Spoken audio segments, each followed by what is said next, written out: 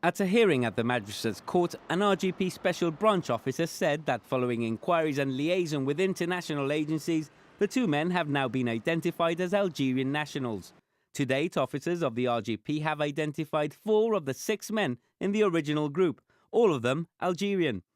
According to the officer, this has been confirmed by both the Algerian consulate in the UK and by Interpol.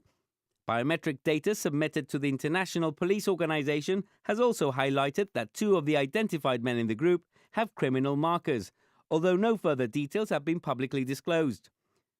The Algerian consulate has confirmed to the RGP that it will be releasing travel documents for the 2 identified men, once the authorities confirm travel arrangements for their repatriation.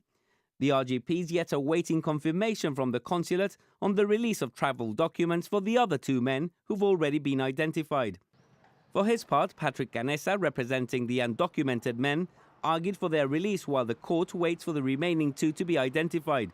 Mr. Canessa explained to the magistrate that the men, without having committed any serious offences, had already spent 6 months in prison and argued that they should be released until they could be removed from the jurisdiction.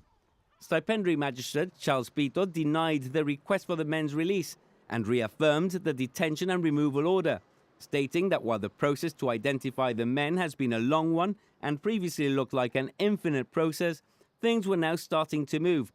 He also told the men that although they were in prison, they were not being punished, but simply being detained.